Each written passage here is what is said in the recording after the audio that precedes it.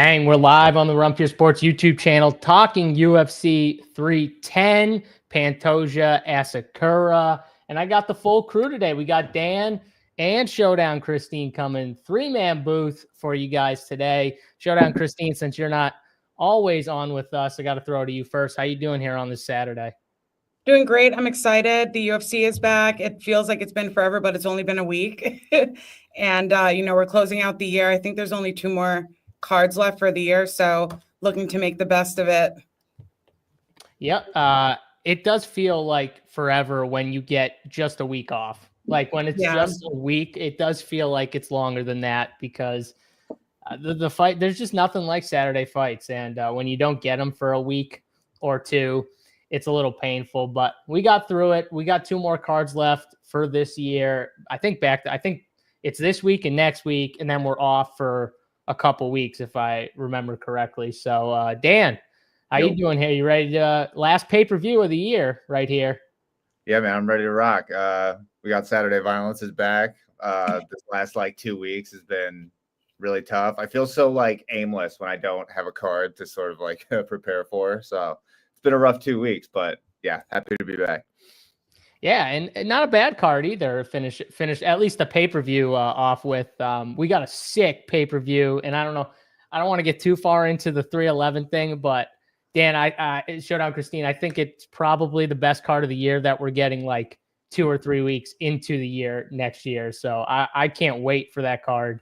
Yeah, 311 is going to be absolutely sick. So I don't know if you guys got a chance to look at the card breakdown of what they got so far, but it looks pretty badass. I'll just say that. If Yuri's on the card, it's the best card of the year. Let's be real here. Oh God, here we go. You know what? I just downgraded it. It's not. It's the second. It's the second best card of the year. I'll find another card. Whatever. I totally forgot that we got a Yuri stand on this show. He's going to win this time, so just prepare yourself. I got to mentally we don't have JBC. We don't have JBC here to tell us that Jamal Hill is actually good, so we can. Thank God. That's what that. Yuri's probably. I just have I don't know. I just have a bias against Yuri. I think he's the biggest. I think he's the biggest psych charade you will see because of the way he's just so tough.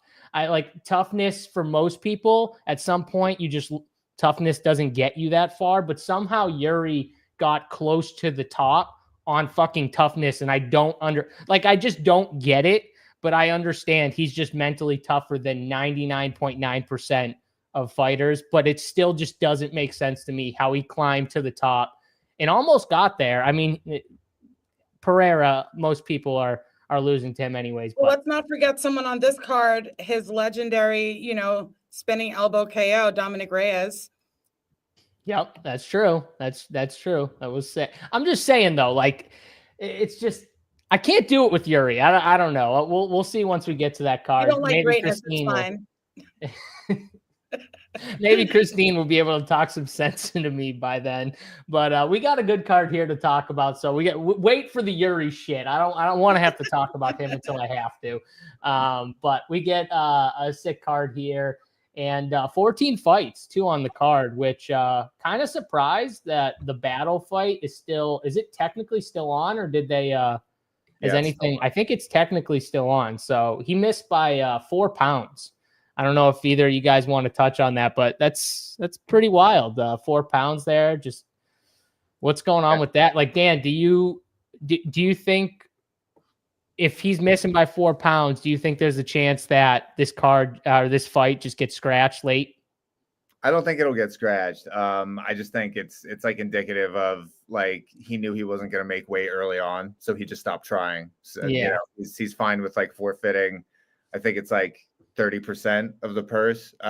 So he's just decided to take the pay cut, go in there heavier at an advantage.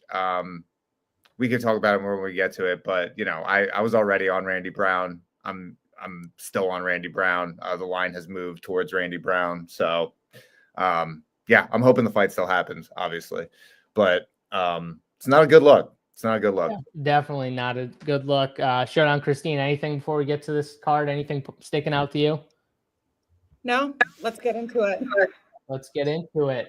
First fight on the card, Kennedy and Nchukwu versus Luque Breesy here. Breesy coming off of a knockout loss to Mick Parkin. Not a good look in round one to a guy that's not a KO artist by any means. And Nchukwu coming off of a win, a knockout win, but it was against Chris Barnett, and Chris Barnett like tore his knee in like 5 different ways, it looked like. So Chris Barnett, I'll put a little asterisk behind that because he wasn't like fully healthy, and he clearly came in and got hurt like right in the beginning of the fight and tried to tough it out, but he was done once that knee went. So now he gets the fight Breesy here. It seems like a good setup for him. 9,400 on DraftKings. Breesy 6,800. I feel like I struggle to bet Nchukwu just because I don't trust him at big odds like what he is right now. But it does feel like this is another like setup fight for him here against Breesy, who just got knocked out by Mick Parkin. So the pick is going to be Nchukwu. I'm probably not going to have any money on this though. Showdown Christine, can you sprinkle some KO money here, or are you kind of off this from a betting side? I liked more fight not to start round 3 at -125. I do like his ITD. The problem with this card, a lot of the favorites are just unbettable. You know, they're money lines, and it's tough to find good lines on a lot of these heavy favorites. I mean, his money line's -550 as of last night. So from a betting perspective, I like fight does not start round 3. I also like Kennedy round 2 or 3. I think that's viable as well. Wait, you like fight to not start round 3, but you like Kennedy in round 3 or round 1 and 2? Round 2 or 3. I mean, the plus money is there that you would still be, yeah. Okay, I got you. From a DFS side, are you playing either of these two, or is this a fade fight? I definitely will have some Kennedy. The problem is if he doesn't get an early finish, he's probably not optimal at 9,400. And I think Lucas Breesy, I mean, he's been KO'd by Waldo Cortez Acosta, Mick Parkin. He's been knocked down by three of the last 4 of his opponents. But I also think Kennedy sometimes makes you like hold your breath because he has shown to have lower fight IQ in some of his fights. And I think the problem with this price is that he's boomer bust. So he's either going to get an early KO and could potentially be optimal.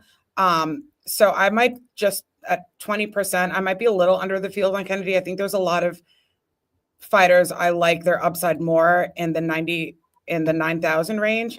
But I think he's solid. Yeah, Dan, that's the question right here from a DFS perspective. What are you doing with Kennedy? Because I feel like you're on Kennedy, but the question is at 9,400, can he cover his salary? Can he get an early? I think you need an early finish, right? A first round type finish for him to really get there at 9,400. Can he do it for you? Yeah, so he rates out really well for me. And it's less about him and more about who he's fighting. Breesy, you guys touched on it. He's been knocked out by, multiple people who are not known for their knockout power. So that's just like a massive red flag. Kennedy, his last and first fight up at heavyweight, not like really a true test. Like you touched on it. Barnett, I think he hurt himself while Buffer was like announcing the fight. Like he jumped up in the air and came down and like fucked his knee up. So not a true test, but his struggles at light heavyweight, the Kennedys are like pretty well documented. He loses to an extremely old OSP, gets knocked out by Justin Jacoby. So, I think the cut was probably affecting him pretty badly.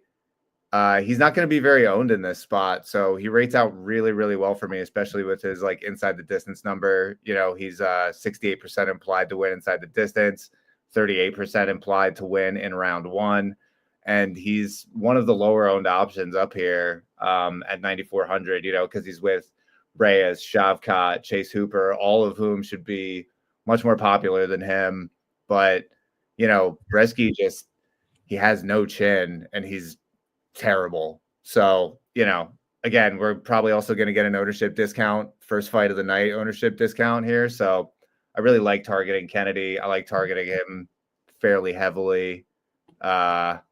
It's not comfortable at all. Like, he's super not trustworthy, pretty inconsistent, but I think the move up to heavyweight, his opponent, all these factors, low ownership, they all kind of point to, I want to get to him at a pretty decent clip.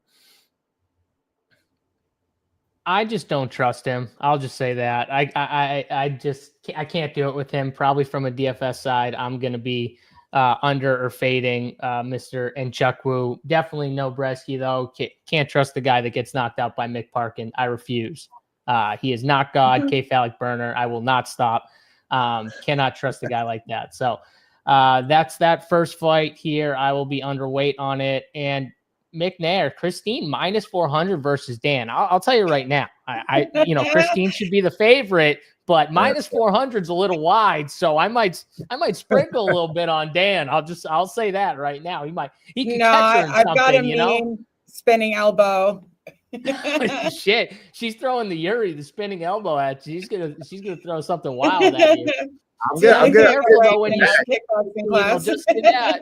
You got to be careful. If you try to spin on me, I'm taking the back and I'm locking up that choke. That's it. That's what I was saying. You get caught if you try and do some crazy stuff like that. Do not turn your back on me. There you go. That's what I was thinking too, Dan. I was like, man, if she's going to get wild like that, you could catch her in something. We could get lucky here. Let's go to the next fight here. We got Chase Hooper, 9,700. Chase Hooper going up against Clay Guida here, 6,500 for Clay Guida on DraftKings here, and then a minus 1,100 favorite Chase Hooper on DK Sportsbook right now. I think his sub number, like for him to finish by sub, is like minus 165 in the spot, which is pretty wild. And I know Chase Hooper is really, really good on the ground. He's really tricky on the ground. The question is, does this fight how does he get it to the ground is more my question, because his wrestling is not very good.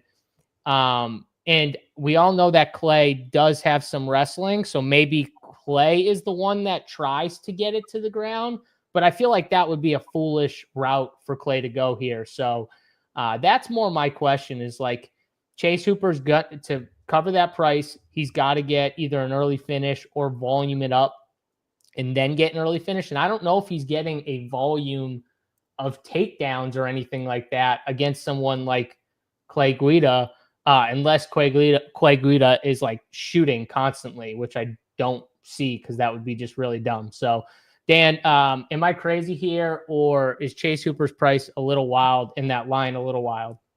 It's really expensive, but I don't really mind paying up for him just because, like, the wrestling's not very good, but he is just one of those guys who will like find a way to get the fight to the ground. Like last time out against Slava Claus, not how we drew it up. He actually knocked him down, which was shocking. But it was great to see. He's super young. You said, the wrestling's not quite there, but how old? He's 25. He's already got a ton of UFC experience. Presumably he's constantly training. So it's not as if he doesn't know that wrestling is sort of a weak part of his game. So he should be working on it. But, even if the wrestling isn't quite all the way there yet, again, he's got fantastic jiu-jitsu. He will find a way to, clinch up, trip you, drag you down to the ground, maybe even like full guard. And once he gets you down there, like the jiu-jitsu is world-class. If he's in top position, the activity, like he will throw ground and pound. He will attempt subs. And, Clay Guida is just, he's old, man. He's like, there's nearly like a 20-year gap here. I'm pretty sure Chase Hooper was in like elementary school when Clay Guida made his UFC debut. And as far as Clay Guida not trying the wrestling, I don't really see what his other path is, because, for as poor as Hooper's striking has looked, again, like he should be constantly improving. He does throw more volume. He clearly has like some pretty decent power. He was able to, knock Slava Claus down. So I think Hooper's got him pretty much covered everywhere. He's super dangerous on the mat. I think the fight will eventually get there. 9,700 is a really tough price.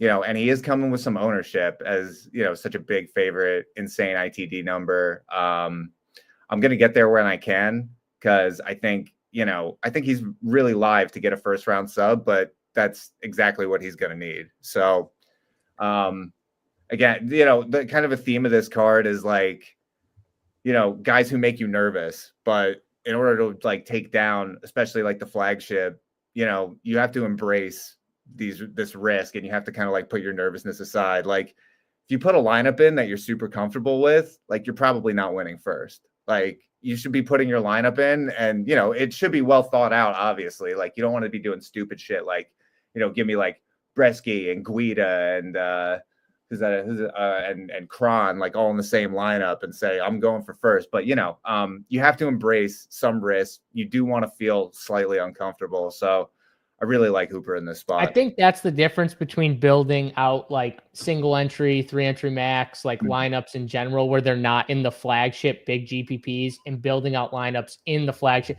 is like, in the flagship, you want to be building super uncomfortable lineups because that's how you get to the top, something like that. Whereas in single entry, you really just want to be building out a lineup where you have 6 winners, not technically the optimal in something like that, because the optimals aren't normally always winning it. You know what I mean? You can win tournaments in smaller field, single entry GPPs with the non-optimal, or even a loss. Really, you could have one loss, but maybe the guy scores you like 40 or 50 in a loss, and you can still get to the top. Like 2 weeks ago, I had Chris Weidman in my lineup, who did not fight with or 3 weeks, whenever it was, who did not fight with a 0, and I still scored over 500 points and had a good lineup that cashed in some of the single entry stuff. But obviously I didn't win the like first place with it, but it still cashed in certain things. And obviously if he fight, if he scores me like 30, even in a loss, if he scored me 30, I think I would have shipped some of those GPP. So like, he didn't even need to do that much. And so my point is, like, that's the difference between building in the specific GPPs. And we get that question all the time. Like, in single entry, how are you, like, that's how you should approach it in single entry. Like, you should be not trying to build the optimal, but build in a team that you think has a really good chance for 6 winners. And, can get you a decent score. If you get 6 winners, even if they're not, the 6 highest scoring, you're still going to do pretty good in a lot of those tournaments. So I agree with you on that. On like Hooper's price again, like 9,700. We've got, some pretty solid options down here in like the 7K range. So I think you'll be able to fit him at a pretty good clip. The fight we just talked about, Breesy is fucking terrible, but also we don't trust Kennedy. So like, and it's heavyweight. So, this is kind of more my take though. Like, Daniel kind of hit it. So like, Guida, he just needs to survive 1 round. And the one thing about Clay Guida that I think is good for him is he's constantly moving, and he's kind of erratic in that sense. So what if Chase Hooper like can't get his hands on him because he's just in and out, constantly moving, and he's not the first one trying to wrestle, which I don't think he will be. Then how does Chase Hooper get it to the ground in round 1? You know what I mean? So like, maybe he gets it to the ground later in the fight, but after round 1, I'm less concerned about Hooper optimal if he's finishing him in the 2nd or the 3rd round, if he just catches him somewhere. And if you look at most of Clay Guida's fights, Christine, it's either like a submission loss, a submission win, or a 3-round decision. There's no like, I don't think Chase Hooper is going to knock him out. And I think one of the tough things with Clay Guida is just the constant motion is going to make it hard for Hooper to get his hands on him early. Yeah. Guida's been subbed in 4 of 8 losses, so that says a lot. And yeah, I mean, he can get subbed, but I'm saying I don't think he's gonna try the wrestling. Like, most of Clay Guida's fights, he's gonna like engage in offensive wrestling, I don't think he's gonna do that in this fight, because I think he knows most likely going to be defensively wrestling the whole time. Yes. Which he can do, by the way. He can do that. Like, yes. So that's more my point. So I'm going to be lighter on this fight in general and just hope Guida can survive the 1st round onslaught. But Christine, what are you doing with this fight? Yeah, I agree with both of you. I think Chase Hooper has him on the mat. I think Guida has a slight edge in terms of his striking. But, Hooper's an aggressive grappler. He's submission over position. He's constantly making his opponents scramble, defend against takedowns. He has relentless ground and pound. He's got the 6-inch height, 4-inch reach advantage. He's up a weight class. He's got great conditioning, good durability. He has been knocked down multiple times, so Guida also has the edge there, of course, in the striking. But I think this is Chase Hooper's fight to win for sure. All right. Wait, so you agree with both of us, or are you playing Chase Hooper? Which one? Because one of us is not, and one of us is. So which one? It's do you tough agree to with? get to Hooper because I like a lot of the lower 9K guys, but I think I agree with you where if he doesn't get a finish early, and he's not able to get multiple takedowns, or it's just them sort of not figuring it out or exchanging on the ground positions. I can see where he's not optimal, especially at that price. And so I think this is an early finish type of situation, or if he were to just have complete control on the mat for the entire fight, it's those would be the two ways I could see him. Yeah. See, I think if he has optimal. complete control on the mat for the entire fight, he's finding a finish. So Yeah. it's either Yeah. one of the other, in my opinion, anyways. Because if that happens, he's gonna find a finish. But all right. Yeah, I think this is Guida's retirement fight. To be honest with you, he's turning 43 on Sunday, so he's up there, and I think it's his time. Yeah, It's his time. If Hooper doesn't get the early finish, he's obviously dust. But he's got the best inside the distance number on the card. He's got the best first round number on the card. Like, that's not something I'm super interested in fading. So yeah, fair enough. Someone said Hooper a cash lock. It seems like he's a little expensive for that. Yeah, and you got to think about it. You got 2 5-round fights, right, Dan? So the first thing cash is going to do, right? Because we talked about this last show. Is those 4 fighters are going in the cash optimal. So you got to put those 4 fighters in. So what does that give you with both? Let's see. So Pantoja, Shavkat, Asakura, and Machado Gary. So you get 8-8 with those 4 fighters in, Dan, for your last 2 spots. So you could do it. See if I can fit them. No, you can definitely fit them. It's just build lineups right now because I'm doing it right now, and because I have to allow fighters from opposing fights. Yeah, you got to allow the fighters. Okay. Let's see. Is Chase?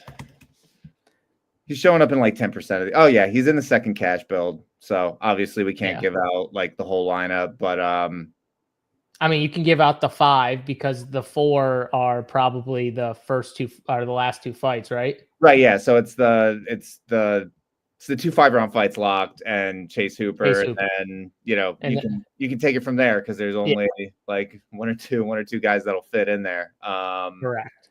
But he is like, so I just ran a quick 150 for the cash build, and he's showing up in like 10% of them, which is pretty much right around where everybody else is. Like, you've got options. I think there's one build that I like a bit better than that, but it's definitely viable.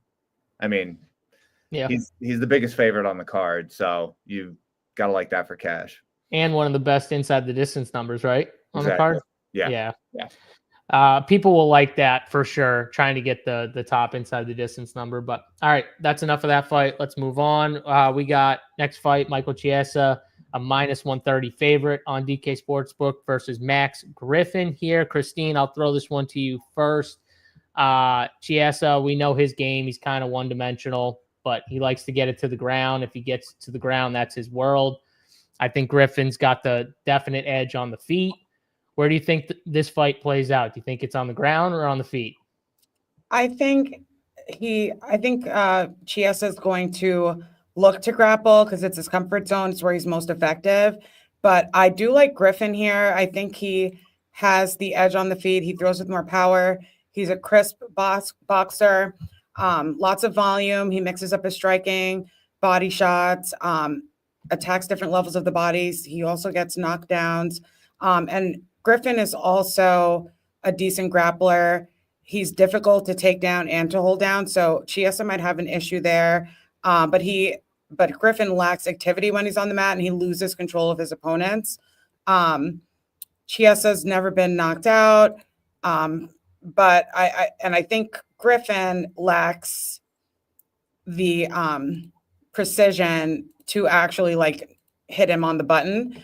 Chiesa at 7,900 seems to be a decent value if the fight plays out in the mat. 7 of his wins have been by sub, but he also gets subbed as well. So that's an issue.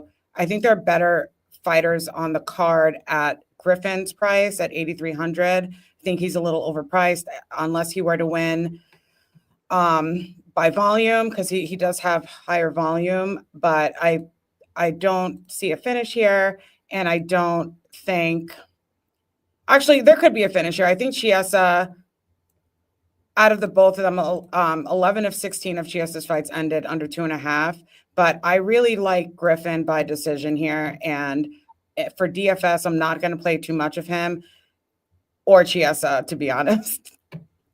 Yeah, so, Dan, I think regardless of who I think wins the fight, I feel like Chiesa is the better DFS play just because he has the upside in the wrestling and the grappling. And if he does win this fight, he probably has some control time. He probably has some takedowns, possibly a finish. Whereas Max Griffin, I think if he wins this fight, I think it's more by decision. I kind of agree with Christine.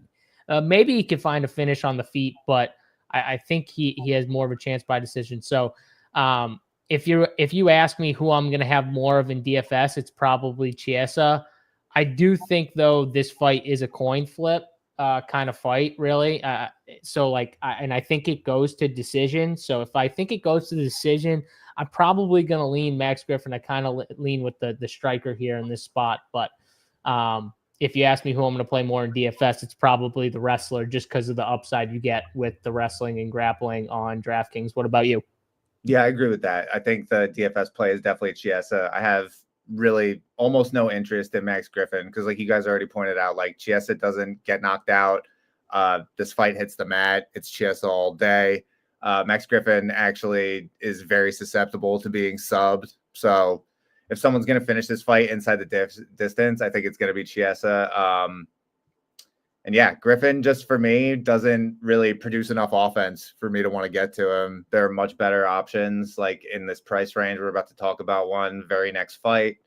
Yeah, this fight is basically Chiesa or pass for me.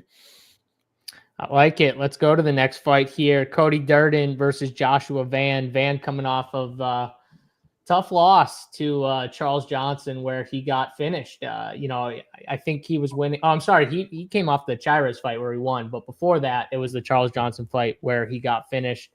And that was like one of the first fights where I felt like he not just got caught against Charles Johnson, but like he had the speed advantage with every single fighter he fought before that when it came to the striking. And this was the first time that someone really sat down and kind of went after him, where he was normally the aggressor going in and out. And Charles Johnson in that third round, which I think he was losing that fight too, just kind of started saying like, screw this, and started moving forward and sitting down on some of these punches and caught him with one. So then he fights Chira as a grappler. He wins that fight. Now he gets Cody Durden, another guy who can grapple and wrestle for sure. But I think his striking's pretty good too with Cody Durden. I think he's a really good underdog here. I like him as a bet, and I really like him as a DFS play too. I think he's got upside in the wrestling and grappling, but I also think he has some power, and everyone just thinks like it's a complete like Cody Durden on the mat has got him. Van by far has him on the feet, and I do think he's the quicker, more technical guy on the feet. I think Cody's got some power on the feet too, so I really like Cody here. I think he's a great bet and DFS play. Dan, what do you think? I'll throw it back to you.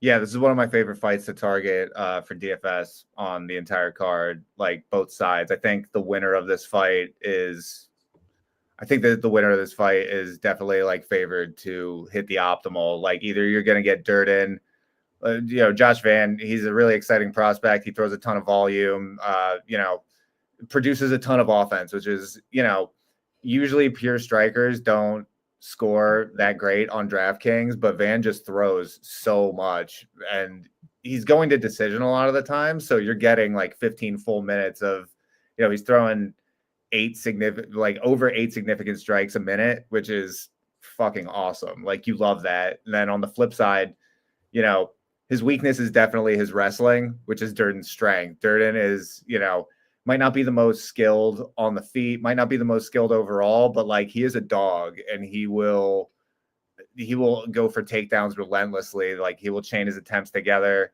And I think he can definitely out wrestle Van over the course of 3 rounds. And I think Van can, outstrike him for 3 rounds. So whoever's going to win this is probably going to win pretty decisively, I think, and will be scoring really well for the duration.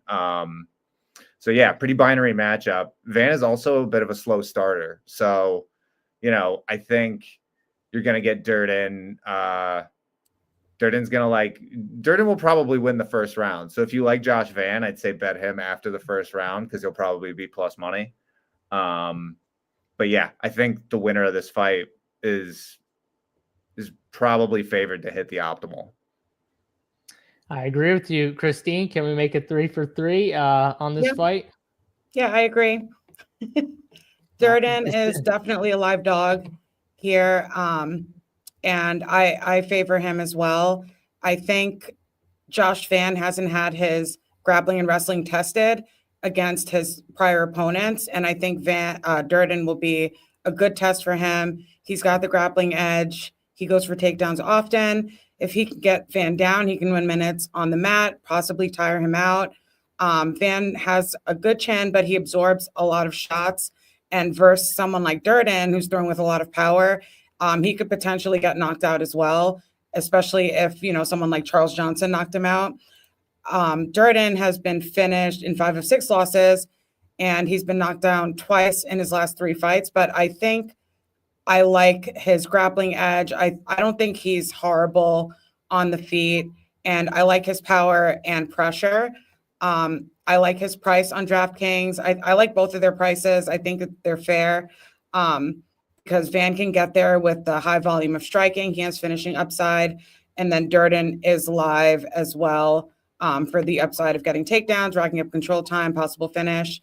And yeah, I like the Durden by sub or Van by KO double chance for 125.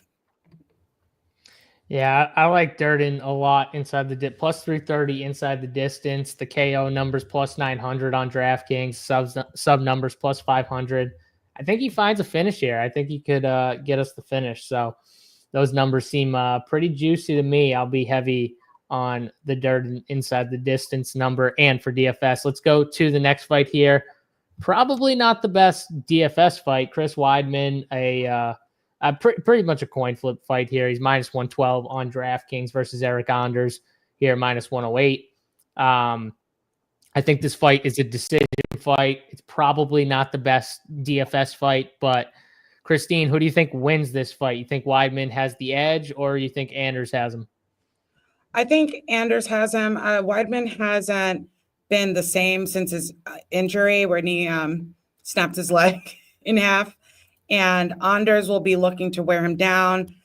He'll put pressure in the clinch. He's well-rounded. I think his striking is pretty average, decent ground game, but he'll mix in the striking with takedown attempts. He's got good takedown defense. He's hard to keep down due to his size, but I don't see that being a massive issue for Weidman. I think if Weidman's able to keep him on the mat and wear him out, he may tire out as well. They both have suspect chins. Anders has been knocked down. Weidman's durability has been dwindling. He's been knocked out in 5 of 7 losses, and most of them have been as of late. I think on DraftKings, I'm pretty low on Weidman. I don't mind Anders at his price, but I think he needs a finish. He can rack up points on the mat as well, but I think I agree with you that it'll go to the decision. And so I'm going to be under the field on this fight in general. Yeah, I'm definitely under. I lean Chris Weidman. I just don't think Eric Anders really that good anywhere, to be honest with you. And Chris Weidman, even though he had that terrible injury, which most people, if once they have that injury, is never the same again. So can't blame him for being a little different after that injury. But I still think he just has more experience. I think he's the better fighter. Anders, the last person he knocked out was Dawkins, which if you want to give him a feather in his cap for that, that's fine. But it's not like he's out there knocking people out or anything like that. So I don't know. It's a coin flippy fight. I can see a complete split decision here. So maybe the bet is fight to go to a split decision or something like that. But yeah, I'm on the Weidman side for DFS. I'll have very minimal of this fight unless you're MMEing and maybe you need a little just because of the price range. But Dan, I assume you're similar here with being lower on this fight for DFS. Yeah, we picked Weidman last time. I'm picking Weidman again. The difference between last time and this time is we kind of needed the salary savings last time. And Weidman was a value because he was priced as the underdog. He flipped to the favorite. So, we just don't really need the savings. There are like way better options in this range. Like usually we're really interested in like the 8,200 flat 8K fighters, but this fight's most likely going to decision. Anders can probably, he's got pretty solid takedown defense. He could probably stay upright. Neither of these guys produces a whole lot of offense, in the striking. They're not really projecting. Weidman again is like projected to be around like in the 20s. Anders around 15. I suspect Anders will probably come in lower than that because, people know he's not very good, and like they got burned by him last time. He was the one who like had food poisoning, couldn't fight. So, I'm gonna mix him in. Like in a 150, I kind of have a little bit of everybody. I've kind of been more on board with like fading spots here and there. I will have a little bit. I probably still come in under the field though. But I will have a little bit just because Anders does have power. Weidman is getting up there. Both of these guys have suspect durability. So, it's like we say it all the time, like shit happens when you lock two people in a cage and they start throwing fists at each other. So I don't want to get completely burned, but it's not a priority for me. Yep, I agree with you. Let's go to the next fight here. A little weight miss in this fight. We got Bryan Battle missing weight by 4 pounds. I don't give a fuck miss weight here for Bryan Battle. Minus 185 favorite on DraftKings Sportsbook right now versus Randy Brown plus 154 dog. Brown is 7,500 on DraftKings. Dan, I'll just throw this right back to you because I know you're pretty high on Randy Brown. So talk about why you like Randy Brown here. Yeah, I mean, I just think, obviously the weight miss is a concern.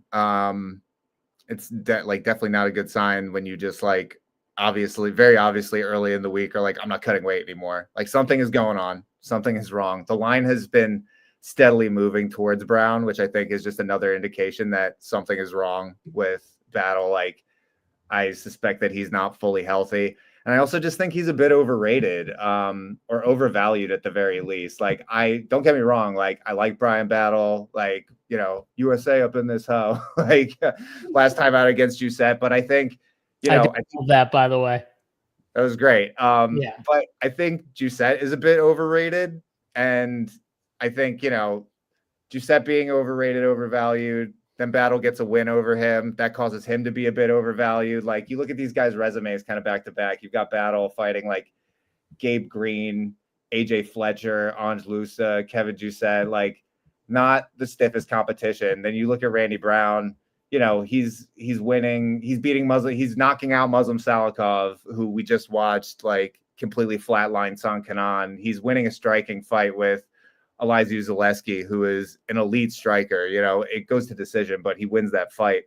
So, I think Brown is probably being undervalued, Battle a bit overvalued. As far as DFS goes, though, I would probably rather play Battle than Brown because Brown's sort of like his path to victory is sort of minimizing the exchanges, striking from the outside, using his length, and just winning a decision. and sort of like dealing with Battle's pressure. Battle, on the other hand, you know, he will be coming in heavier. So health concerns aside, he's definitely more alive to find the finish and definitely produces more offense. So I think on the DFS side, you probably would lean towards Battle. I think there are options. Let me see what his ownership is. Yeah, Battle's coming in around like 30%. So I think, you know, I don't mind sort of pivoting away. I mean, you've got like Pantoja right there. You've got Evloev, who's going to be lower owned. You got Van. We've got Nate Landwehr, who we're going to talk about in a bit. A lot of options that I like. So I don't necessarily feel the need to go super heavy on Brian Battle. Neither do I, man. We'll talk about the French later too. But yeah, I think Battle's a fine option. He's not like a priority for me.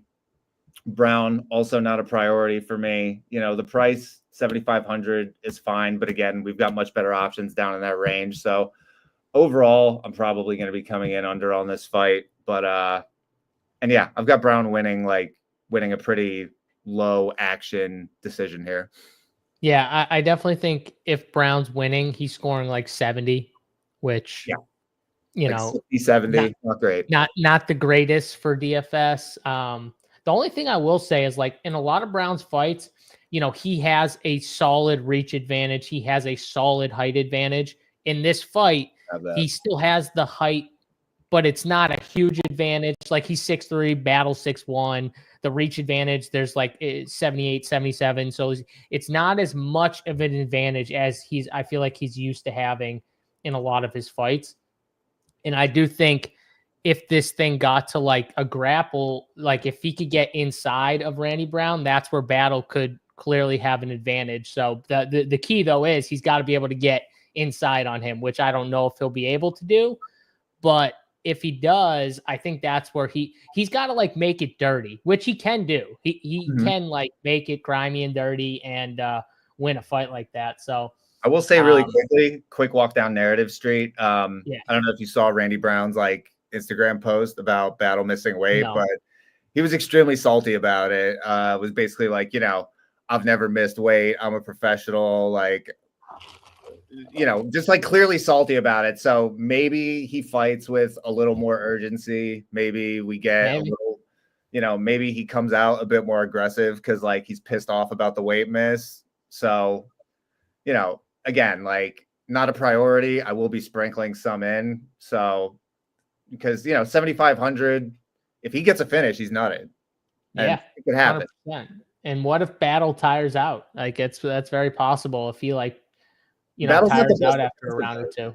He's not the best defensively. He doesn't really get knocked out or finished, but that's just because it's not because he's defensively sound. It's because he's tough. And if his health is compromised, then like toughness will only take you so far. The key with Randy Brown though is he's got to like go forward and not just like stay on the outside and hit and move and hit and move. And maybe he will. Maybe this will piss him off enough and be like, screw this guy. I'm just going to move forward. Well, I think Randy Brown lacks the power. So he's got the speed. That's why I'm saying though, he's got to move forward and he's got to just volume this dude up. He can't just stick and move because Battle's tough. Like he's gonna take those punches like and be okay. But if he starts, you know, combination him up and shit like that and starts like volume him up, that's where he could, you know, pressure him and get him down. But I just don't know if he's gonna do something like that. But Christine, do you like this fight here? Not for DFS. I'll have some Brian Battle just because he's a finisher. And he's 8,700. So, you know, for a finish, I wouldn't fade him. I do agree with Dan. I think Randy Brown is a live dog. I think he's well-rounded.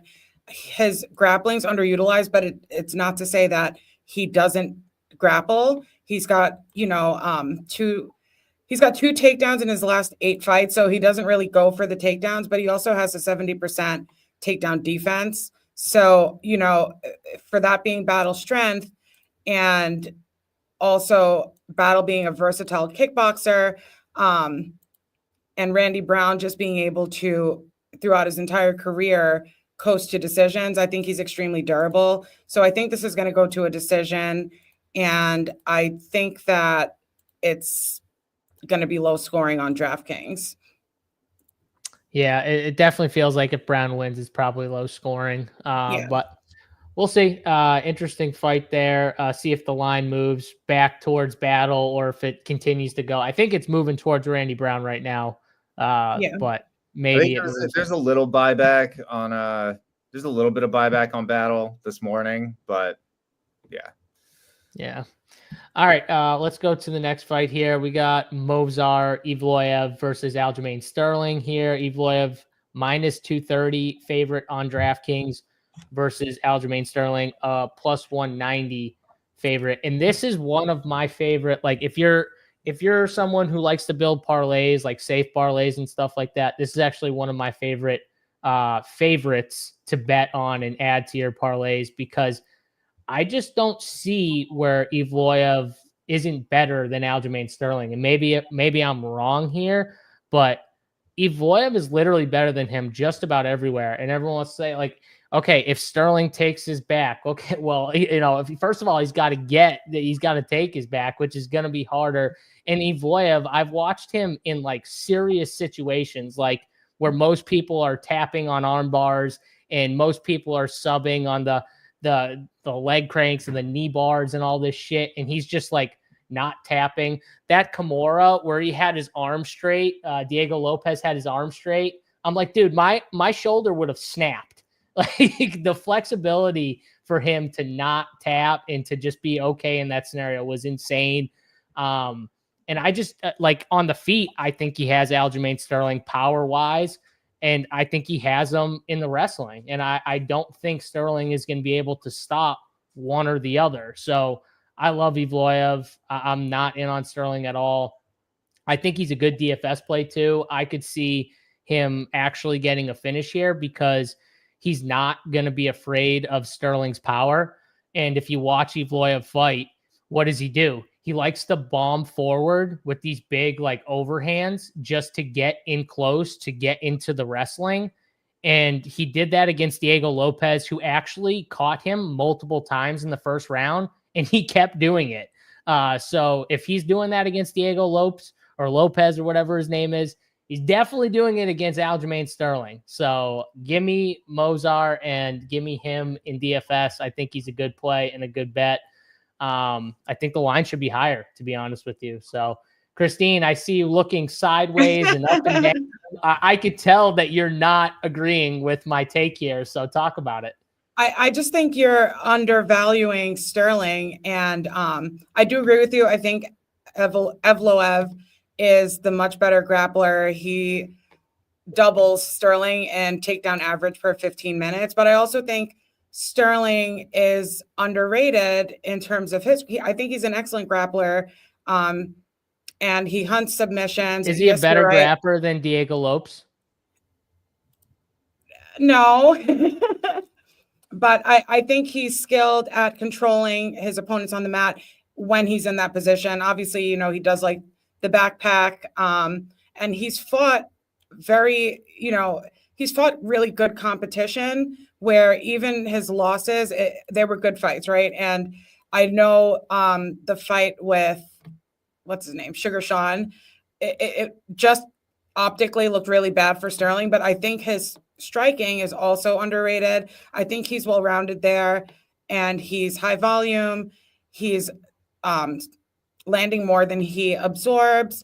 He doesn't have unique KO power, but he does have good footwork. He's elusive. He's going to stay out of the pocket. And he's going to throw out a lot of kicks at range. And a hole in Evloev's game is that he doesn't check kicks, and he needs to avoid getting kicked by Aljo in between him trying to take him down.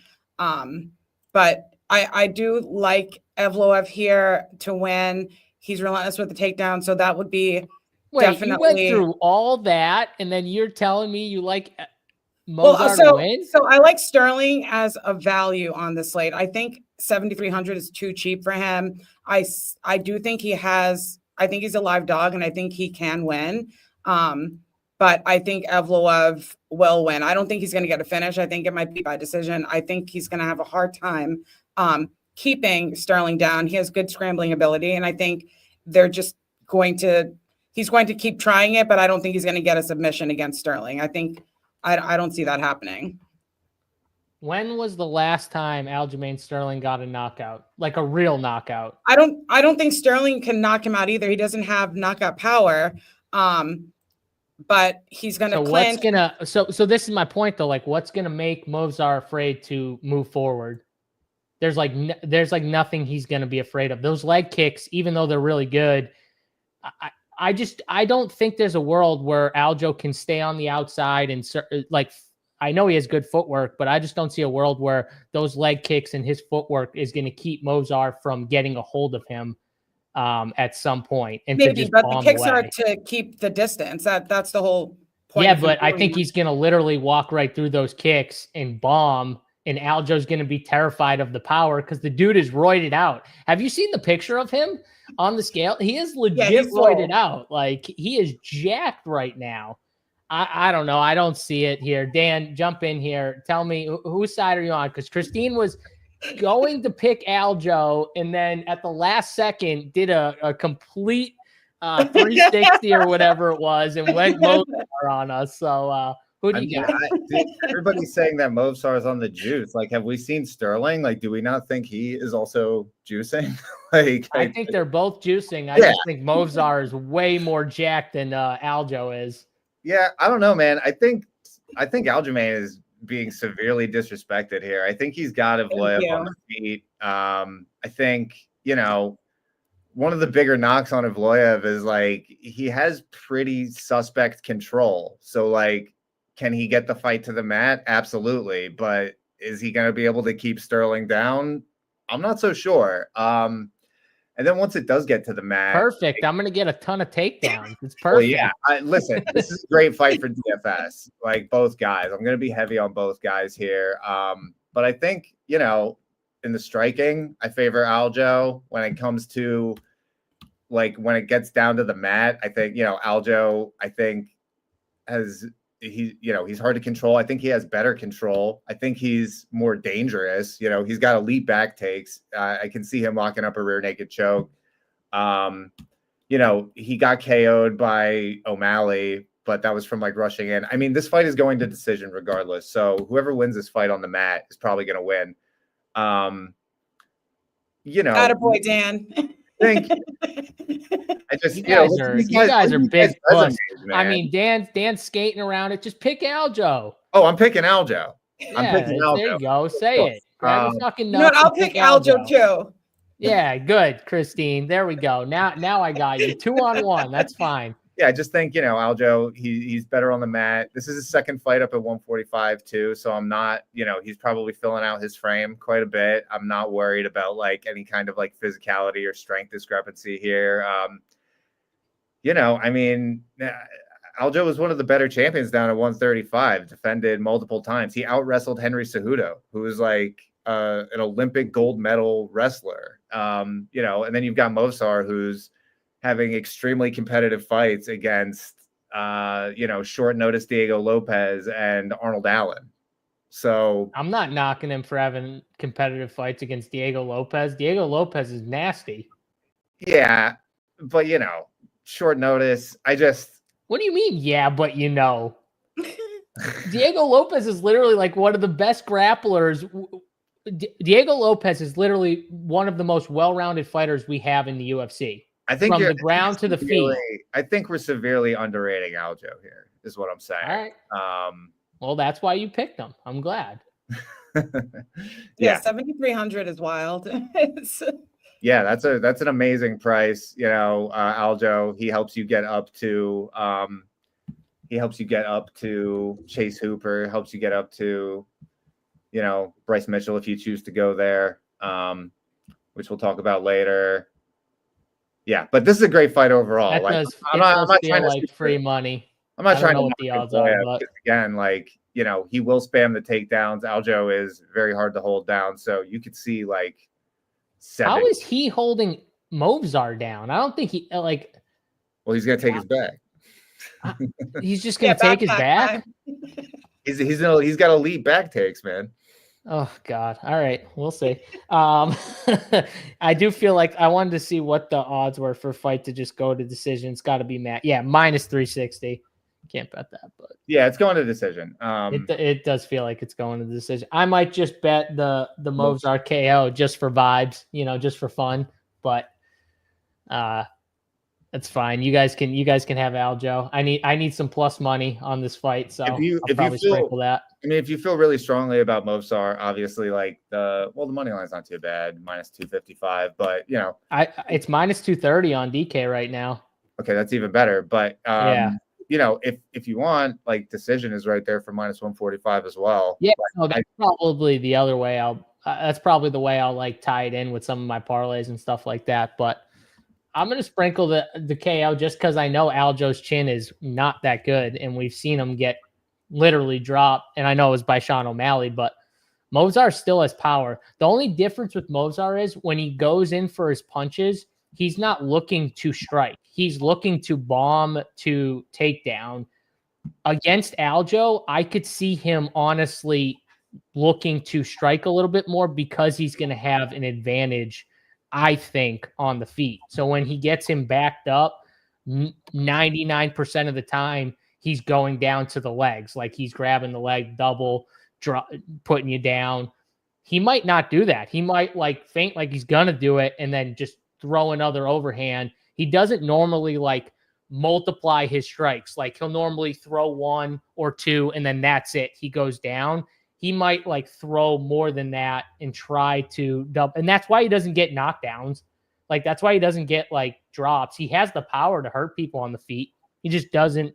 He knows that's not his game. So I will say, I think Aljo is more alive to get the finish here. Like he's much more dangerous on the mat. I think he's more alive to get like a submission here. Yeah. I don't think Mozart's more alive to get a submission. I think Mozart's more alive to get a knockout by like a decent amount. For sure. Yeah. I just don't think that's going to happen. I think Sterling is more skilled on the feet than Evloev. I think he's got the edge. All right. We'll see. Let's go to the next fight here. Vicente Luque, a plus 130 dog to Themba Garimbo here. Themba, a minus 155 favorite on DK Sportsbook right now. This is another interesting fight from a stylistic matchup perspective because Themba is kind of like turned in from like a range striker to like a heavy wrestler recently.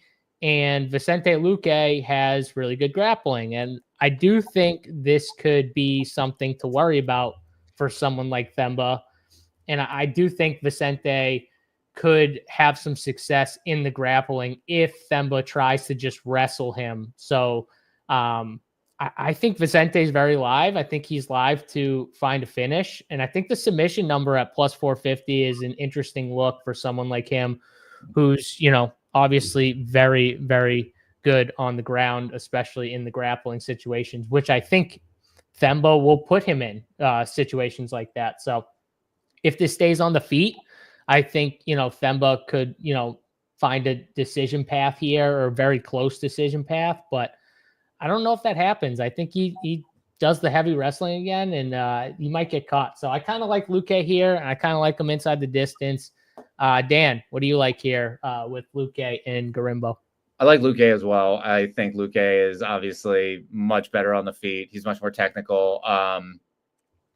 And like you said, he's got like pretty dangerous submission skills. So, Themba can definitely crack, but his striking is far from technical. I mean, Themba just in general is like not the most technically skilled fighter. He kind of has just been getting by on physicality and like, let's just call it what it is. He's been crushing cans. Like the UFC likes him. The UFC wants to bring him along. People just seem to like this guy and his story. It's like Colby Covington, like kind of took him under his wing. The Rock bought him a house. They've been booking him up. Like they've been booking him pretty soft. Last time out, he fought Nico Price, who is dust and had absolutely nothing for him, but he still, Nico Price, his chin is made of glass and he didn't finish him. He just kind of like wrestled him, laid on top of him, got a massive, massive DraftKings score because there was just like a ton of takedowns. But again, like he got a ton of takedowns because he couldn't hold Nico Price down. Luque's got like he's got pretty solid takedown defense, although, hasn't really been tested. I think the really interesting thing about Luque is, like you already touched on, like Gimbo wants to. So Luque's obviously got him on the feet, I think, but Gimbo's going to want to take this down to the mat, and Luque is dangerous down there. He's a BJJ black belt, and he's got like nasty front chokes. So if Gimbo's going to go in there and shoot one of these like sloppy, kind of shitty takedowns, I think Luque is like extremely live to just grab him by the neck and choke him out.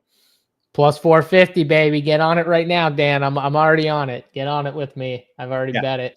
I like that. It's a good bet. Christine, Luque, 2 for 2. Can we make it 3 for 3? Yeah, I'm on Luque as well. He's just more well-rounded. He's got a better strength of schedule, BJJ black belt. I like what Dan just said about Gimbo going in for the takedown, because that is where Luque is really skilled, and Gimbo's going to need to be meticulous, because Luque monopolizes on when opponents are shooting on him with the Darce chokes and the front chokes and all of that.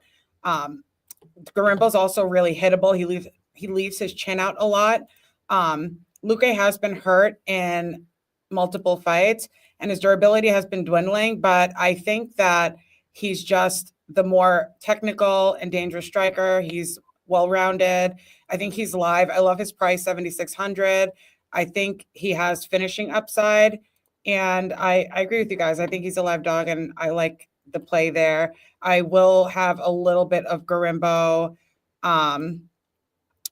just because he has the ability to get takedowns and control time, but can he get a finish? I don't think so. And his path would be by submission, and Luque hasn't lost by submission. So I'm going to be a lot. I think the ownership's at like 32%. So I'm going to be way under on Gimbo there. And I like Luque a lot in this spot. Yeah, I mean, I like it. I talk down on Gimbo a lot, but I do like both sides of this fight. I think it is a really good fight for DFS. Both guys have, suspect durability. Obviously, Gimbo can spam takedowns. So yeah, I don't hate Gimbo as a play. I will. It's going to be difficult for me to get to like the field to 30%. I think that's a bit fishy. But yeah, I mean, I like both sides of the fight, like reasonably so. Yeah. So this is Luque's last fight was horrible, but look at who he's fighting. Let's not sugarcoat who he's fighting and who Themba's fighting. I mean, the dude's fighting Buckley, Dos Anjos, Neal, Muhammad, Chesa. That's his last 5 fights. Let's go to Themba's last 5 fights. They're not even going to range in the ballpark. Like Nico Price, Brahima, Rodriguez. Yeah, I mean, it's just a completely different level of competition. This is Themba's real first step up, in my opinion, in comp. And who Luque's been fighting has been really legit. And even though he's losing to a lot of these guys, I mean, they're guys that honestly he should be kind of losing to, because he's in between really those type of guys. So also Gimbo, I think people have this idea that Gimbo is this young up and coming prospect.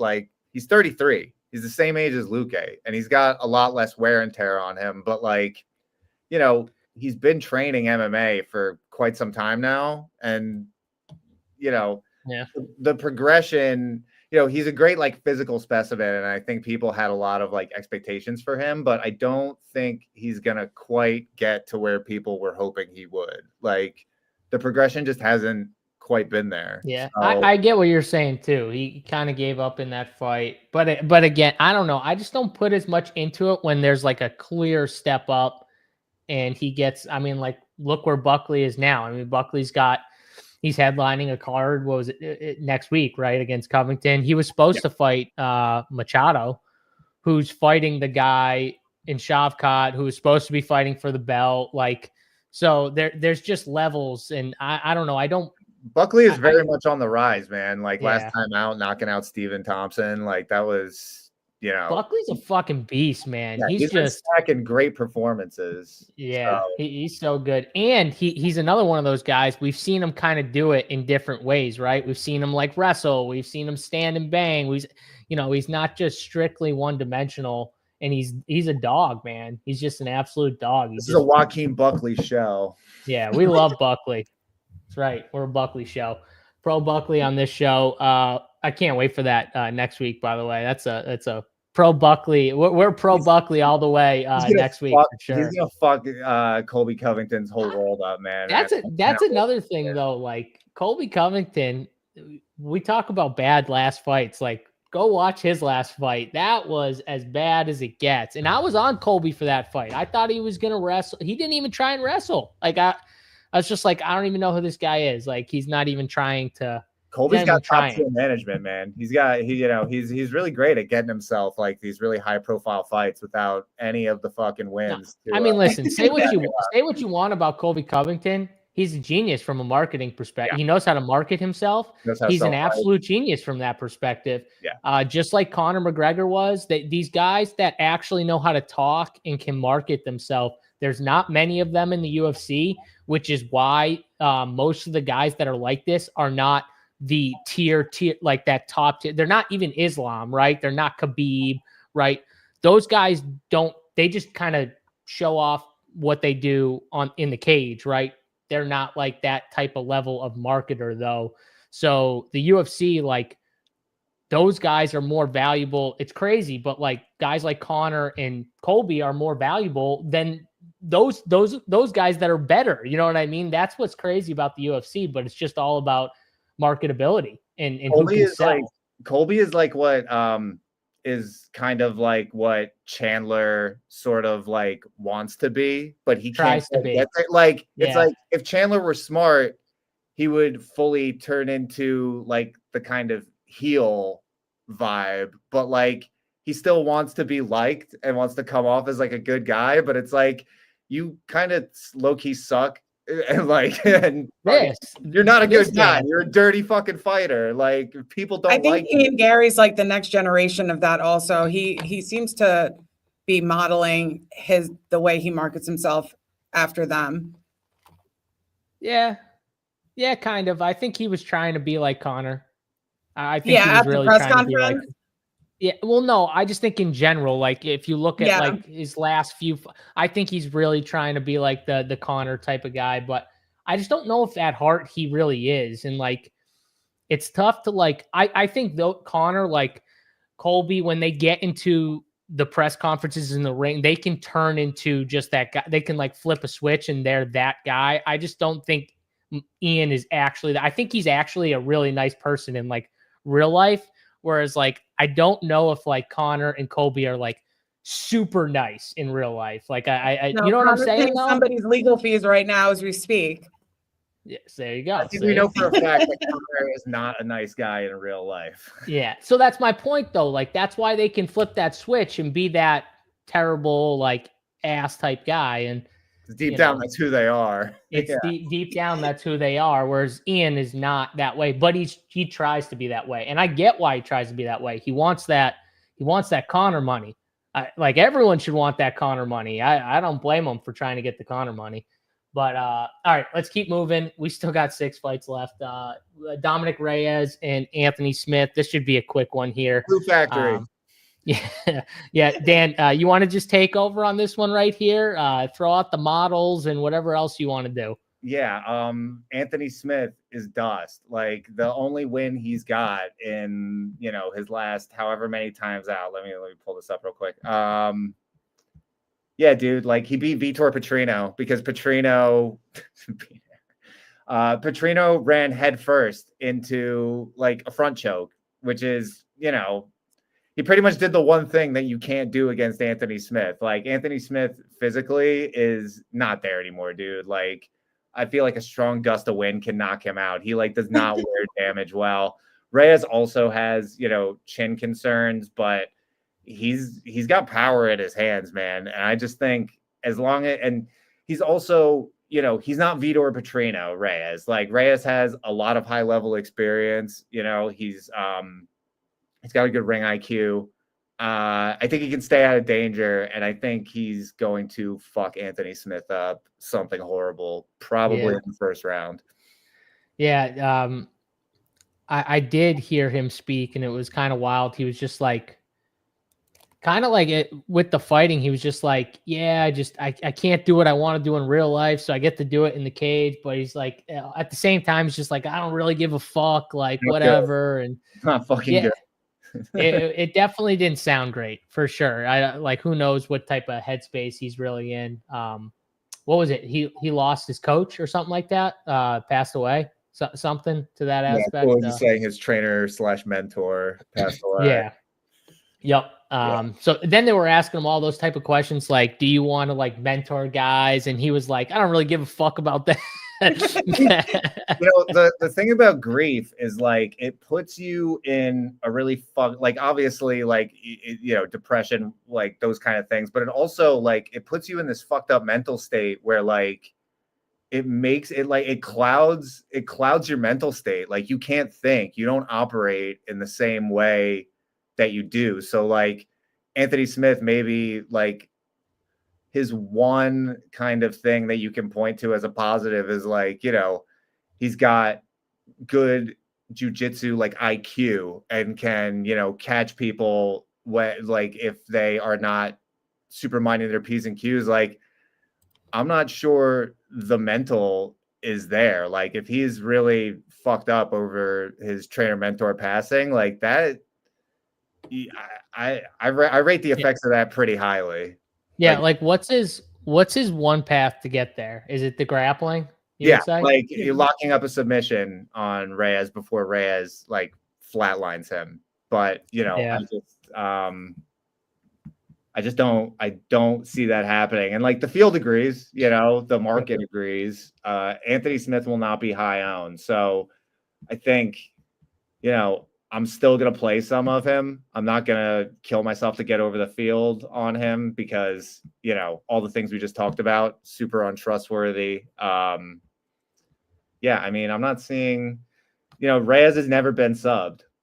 So, take all that into account. I think, and, Reyes isn't going to be high owned either. He's going to be like 20%. Low 9K. I mean, there are other. I kind of like Reyes in the 9Ks if he's not going to be owned. Yeah, I think Reyes is. Let's see. He actually I like him more than Kennedy. I think he rates out as the second best option for me after Kennedy. So, and the gap is not wide at all. So, yeah, I love Reyes here in the spot. Yeah, I'm with you. I love Reyes. Christine, 3 for 3. Yeah, Reyes all the way. There we go. Reyes all the way. I think he gets the finish, gets it done. Let's go to the next fight here. We got Nate Landwehr versus Duho Choy. Duho Choy, a +110 underdog to Nate Landwehr. And I'm on the Duho Choy side. I think we get a really good scrap, though, out of this fight. I think this fight is a banger. And I just think that both of these guys, I think they're going to slug it out. I think Nate Landwehr is super tough. But I think Duho Choy also has a ton of power, and I think we see him win either a late round finish, maybe catches him if Nate Landwehr starts to, get caught and then tries to panic wrestle or something. Maybe he catches him in a sub. He was trying to go for subs against Bill Algeo in the first round, where he was just getting grappled by Bill Algeo and trying to get taken down by Bill Algeo. And he put on, like, he jumped Gilly, I think, twice. He went for like the head chokes kind of like once or twice too. It's just, he was going for it. But in the second round, I thought what was pretty good was he got wrestled and grappled for an entire round. And then he found a finish on the feet. So the power stays even after a full round of wrestling and grappling and going for chokes, which that does tire your arms out. Like constantly jumping guillotine and going for chokes will tire your arms out. And he still found a way to get that finish. Nate Landwehr's a tough dude to finish, but I think Duho Choy is a pretty good underdog here. I think it's a really good fight for DFS. I think both these guys are good fights. It's a fight to target on both sides for sure. But I'll take the dog here. Christine, who do you like? I'm going with Landwehr. just because I like his high pace, high volume. He's aggressive and scrappy. Choy does have KO power. Majorities of his wins have been by knockout. But Landwehr edges him out in terms of having the grappling edge. He's not, an outstanding grappler by any means, but he's capable, and he can land takedowns. I think if he were to get Choy down, that would be a better path to victory for him, because Choy really isn't a good grappler, and he can defend a little bit, but he's not outstanding there. And Landwehr also has good takedown defense, but I don't think he's concerned about that. Landwehr is hittable. He has been knocked down twice by Dan Ige, but he's also never been KO'd by punches. So that's something there for your narrative, JSU. Sorry. Choy, that's why I don't think he gets like KO'd. I think he gets like knocked down, and then like he could get subbed trying to like panic wrestle, which is more my thing. But but Nate Landwehr is tough to just. These tough guys are hard to finish, like to put away. Yeah. So I think going into these fights, these guys know that shit. Like they know it. And Nate does have wrestling, so they know that could be in the back pocket of Nate's game plan if the feet doesn't work out. And Nate gets hurt on the feet constantly because of his style. So, well, Choy also gets hurt constantly, and he's been knocked out multiple times as well. Yeah, but I'm just saying that's what you get with these two fighters. So yeah, one or the other is happening. And my point is just they're tough to fit. Like Nate is tough to finish via punches, but he does get hurt. So if you hurt him and then your game plan is to try and catch him, after getting hurt by subbing him, which he went for 4 subs in a span of 4 minutes in the first round last fight. It could be something. He's clearly working on his grappling, Choy, because people are trying to take him down. That's the game plan because he's got power. So my point is, if Nate tries to do that and it's kind of a sloppy takedown because he's hurt from something on the feet, he could get caught. That's more my point. Gotcha. Yeah, I still like Landwehr. 1-1 here. Break the tie. Yeah, I'm on Nate Landwehr. I think he wins inside the distance. Like you guys said, I mean, like both of these guys, like Choy, I don't think is going to try to wrestle or grapple offensively. Like he's just going to want to keep it on the feet. Landwehr, same. Like Landwehr is a brawler. He's going to come forward. He's going to pressure. I don't think he's necessarily going to be looking to wrestle or grapple offensively. If the fight does go there, I think Landwehr has a pretty massive edge in the wrestling and grappling. But like, I think this does play out mainly on the feet. Like guys have already said, both of these guys can be hurt and knocked out. So I like taking both sides of this fight for DFS because I think whoever wins is going to win by knockout. Because, Landwehr, like, you love these aggressive guys who throw a ton of volume, but like the flip side of that style is he leaves himself open to getting caught as well. So while I think he is the better striker and is more likely to find the finish, he also leaves himself open to getting finished. So I'm going to be pretty heavy on both sides of this fight. This is one of those fights where, like, we talked about Anders and Weidman earlier. We talked about Griffin and Chesa earlier, where like this is a price range that you really love to attack. This is the fight that I'm going to be prioritizing in that range. That's going to keep me lower on Anders, Weidman, Griffin, Chesa. Like, this fight and the Van Durden fight, I think, are the two priorities in this range. Yeah. And 100%. They're catching those two fights. Each side of the fight is catching like 25% ownership, which is not like it doesn't really restrict you all that much as far as ownership goes. Like that's pretty reasonable. Like one of the benefits to these bigger cards is you get people lower owned than they should be because ownership gets spread out. So like it's one of those situations where more options benefits, a sharper player because you identify the better spots and you attack them harder. So I'm going to be on this fight. I'm going to be on Van Durden, and I'm going to be, avoiding Anders, Weidman, Griffin, Chesa. Yeah, I agree with you 100%. This is one of those fights where I could just see myself like just locking up and saying like I want one of these guys on all my teams and just saying the winner is going to be optimal or something like that. So I'm with you on that. Let's keep it moving here. Next fight on the card: Bryce Mitchell and Crone Gracie. Get another Gracie fight here, Dan. I saw you throw a bet too in the old Run Pure Sports Discord. Old bet. Old bet, but a bet nonetheless. And Bryce Mitchell, I do think we're gonna see him test the grappling of Crone Gracie, because I do think he's gonna try and wrestle, and test the Arkansas wrestling versus the old Crone Gracie grappling. So you never know when stuff like that happens. Someone can get caught. Dan, maybe that's a little bit of your take with your bet, but talk about this fight. Yeah, so the bet that I gave out yesterday, and I believe it's still like this, DraftKings has Crone Gracie by submission at plus 1,400, which is just wildly off market. Like, there's another very sharp book that has Crone priced. Let's see what they have a sub at now.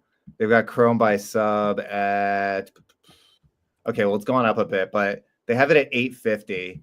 Another book has it at plus 1,000. DK has it plus 1,400. And it's basically Crone Gracie's only path to victory is a submission victory. I say only path. It is by far the most likely path. I'm going to try to say this diplomatically. Bryce Mitchell is probably the most brain damaged person in the UFC. Like, hands down. If you've ever listened to the guy. What, you don't like seatbelts either, Dan? No, I love my seatbelt. I do not want to die on the highway. I don't know. I don't know how you trust this guy. I don't know how he is a nearly minus. I think he actually is a minus 1,000 favorite. Bryce Mitchell shouldn't be a minus 1,000 favorite to anybody. Nobody. Obviously he's suffered multiple traumatic brain injuries. I actually think Crone Gracie might be better than him on the feet, because Bryce Mitchell's striking is not good. Like, not good at all. I think I just don't think Bryce Mitchell is very good. He's like pretty relentless wrestling. He's got decent submission skills. Probably his best quality is he's, Arkansas farm boy strong. Like, he's incredibly physically strong. So what he likes to do is he likes to take you down. He likes to get it to the mat, but he's not like the most potent finisher. Like, he's really like, he tries to grind on you and wear you down on the mat. And I don't necessarily think on the mat is where you want to be with Crone Gracie. Like, Crone Gracie, people will remember and have it stick in their mind, like the last time he fought Charles Jourdain, which was probably one of the worst fights you'll ever see. But he didn't get finished, he was able to stay safe enough. And I don't think he'll be approaching this fight in the same way. He's got world-class jiu-jitsu. So, like, I think, where Bryce wants to take the fight, I think Crone is extremely dangerous. I'm still picking Bryce Mitchell to win, because I think he can hold him down, and I think he is stronger than him. But I think Crone is, like, way more live here than any of the lines entail. So the interesting part about this is, when Bryce goes to take him down, I think Crone's going to almost accept it, because he wants to be on the ground. So it makes it interesting, because if somehow they stay on the ground and Bryce somehow stays in control of him, he's going to rack up control time. Definitely. And what if he does that for 3 rounds? Like, he could somehow get there in that scenario. Is the interesting part. What's also interesting about Crone to that point is, like, Mitchell gets on top of him at the beginning of each round and, controls him for the whole time. And Crone is fine, because he's going to, like, sit in guard, play jiu-jitsu, try to sub him. Crone sorry, what was that? He's going to, right? but he also, like, he's not totally inactive unless he's trying subs. Like, he scored 42 in a loss against Charles Jourdain because he was just constantly throwing like these little strikes. So, at 6,700 on a card where you want to fit in a lot of these top end options, like, it's not outside of the realm of possibility that you see Gracie in the optimal with a loss. And with a win, he's obviously 100% nutted. Like, I don't think it's possible for Kron to miss the optimal with a win. Super weird fight. Not sure why it's on the main card over Evloev Sterling. That seems kind of insane to me. So I think Kron is by far the best 6K option of the three. It's not even close. And I think that Bryce Mitchell kind of plays into the style of Gracie. So if he can sweep up, like, there's ways in which Kron can get some control time, can get himself maybe a take. Like, there's paths for him, reversals and stuff like that. That scores on DraftKings, not only just those little strikes. So I kind of agree with Dan. Like, even in a loss, he could give you enough. He won't give you enough in like the optimal sense, obviously, probably. But in a loss, like, he could still be on the winner in some like of the higher stakes stuff or the smaller tournaments. So I don't hate the play. I actually kind of like it. I think both guys are kind of in play because from a DFS side, I could see this just being a complete grappling match where one of these guys scores really well in a decision win. So, and I think I don't think Bryce subs Kron either. So I think if there's a submission, it's probably on the Kron side, not the Bryce side. And so I like the bet you placed at 14-1. And I'll probably have both of these guys just for the upside in DraftKings you get from takedowns and control time and reversals and stuff like that. So I like it. I'm in for DFS. Showdown. Christine, you like this fight for DFS or no? Yeah, I agree. Well, I don't really like Bryce Mitchell's side. I think that given how cheap Gracie is and knowing what his expertise level is and just the fact that he hasn't lived up to what we know his potential is, and who knows, maybe this is the fight. And if I were him, he's 36. He's only had 7 fights in 10 years, which is weird, but also, like, he's a Gracie. He is an experienced grappler, and for some reason he, in that Jourdain fight, he was just pulling guard and not doing much. But I think that he has the upside for a huge upset here, and he can come in looking like a different person. And I think, in his interviews recently, I feel like he's almost playing into this "I don't care anymore" type of personality thing. And I think I agree with what you said about Mitchell not being as good on the feet, and maybe Gracie even edges him out on the feet. But we can't forget that, like, Mitchell has pulled off, the twister submission, the famous twister sub that not many people have been able to pull off.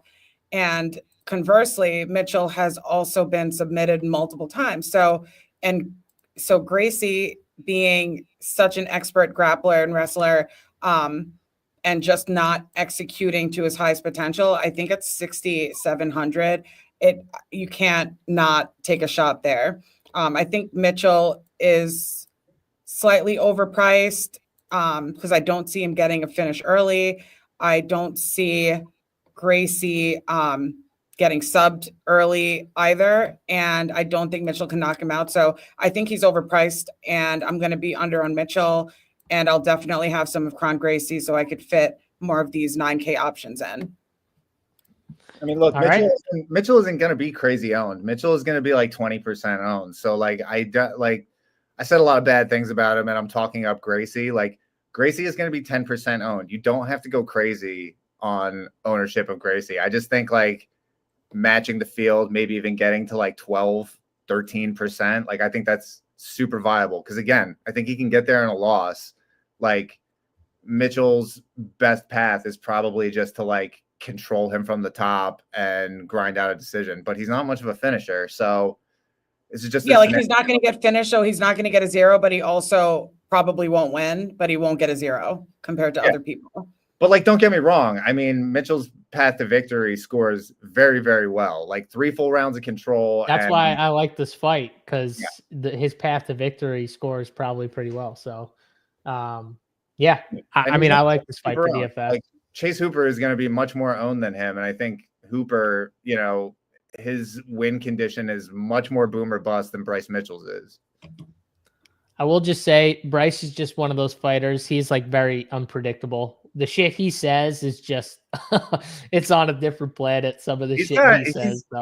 He's suffered like multiple traumatic brain injuries. Like, I wasn't kidding before when I said he's probably the most not even the most brain damaged fighter, just like the most brain damaged person in the UFC, hands down. Like, brain damaged, mentally ill. I try not to talk down on fighters, but like, this fucking guy, man, like, you listen to him talk for 5 minutes and you're like, what commission is clearing you to fight? You are clearly unwell. What do you mean, dude? They want the insane, crazy fighters. What are you talking about? They're like, yes, please give us more of these guys. We don't care. We want them to fight. I think he's not well. Like, I mean, I do think the MKO was like his downfall. Dude, that was bad. He almost died in the ring. In the octagon.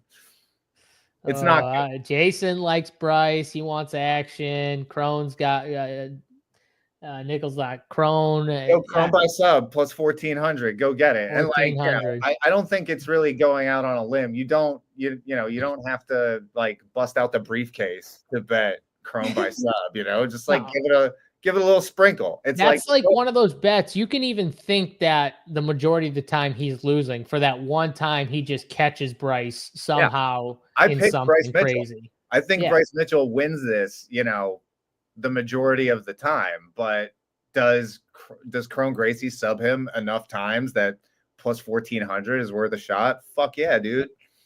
Yeah, I agree. I agree with that. And I did pick Bryce Mitchell too. So whatever. 3 more fights here. We got Cyril Gane going against Alexander Volkov here. Gane a minus 380 favorite. This fight already happened once. Gane won pretty easily in that fight. This fight happens again. Gane is a big favorite. I think Gane is, again, probably just a little better in the striking, a little quicker, a little faster, and I feel like he wins another decision. I don't know if it looks as easy as it did last time, but I think he wins, pretty handily. I think he's the better guy on the feet. I think this fight plays out mostly on the feet, and Gane wins a decision. As simple as that. Showdown, Christine, what do you think here? Yeah, I completely agree. I think Gane is overpriced at 9K. I do think it goes to decision. I think to go to the distance, minus 275, so it's going to get there. He attempted 4 takedowns in his last fight, but I think that Volkov is also going to want to take the fight to the mat as well. And I want to know what happened in that John Jones fight. I feel like Gane, I don't know what happened there. It really, to me, looked like he threw the fight, and I'm trying to unsee what that was because it was very weird. Gane's wrestling and grappling sucks ass. That's what happened. Like, he's terrible. Yeah, but I still to this day I'm like, where was the submission? John Jones is so smart. He knows he's fighting these guys where he sees the path. Yeah. He's I'm not saying staying away, but he's tiptoeing around guys where he doesn't see the clear path. Shocker. He's fighting guys like Stipe and Cyril Gane, where he sees like clear paths to victory. I mean, come on. Yeah, he let's be honest. Horrible. I don't even know how he got taken down, and then that sub happened so quickly that it was just a really bad look for him. But I do like his volume, and I know he's going to engage in the striking.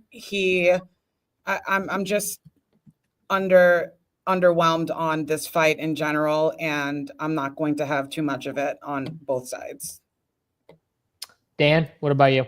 I totally agree there. And I'm like I'm a noted Cyril Gane hater. Not a fan of him or his game. He's just like a one-dimensional kickboxer. But for the heavyweight division, he does have he has pretty elite kickboxing. He's quicker. He's more technical than Volkov.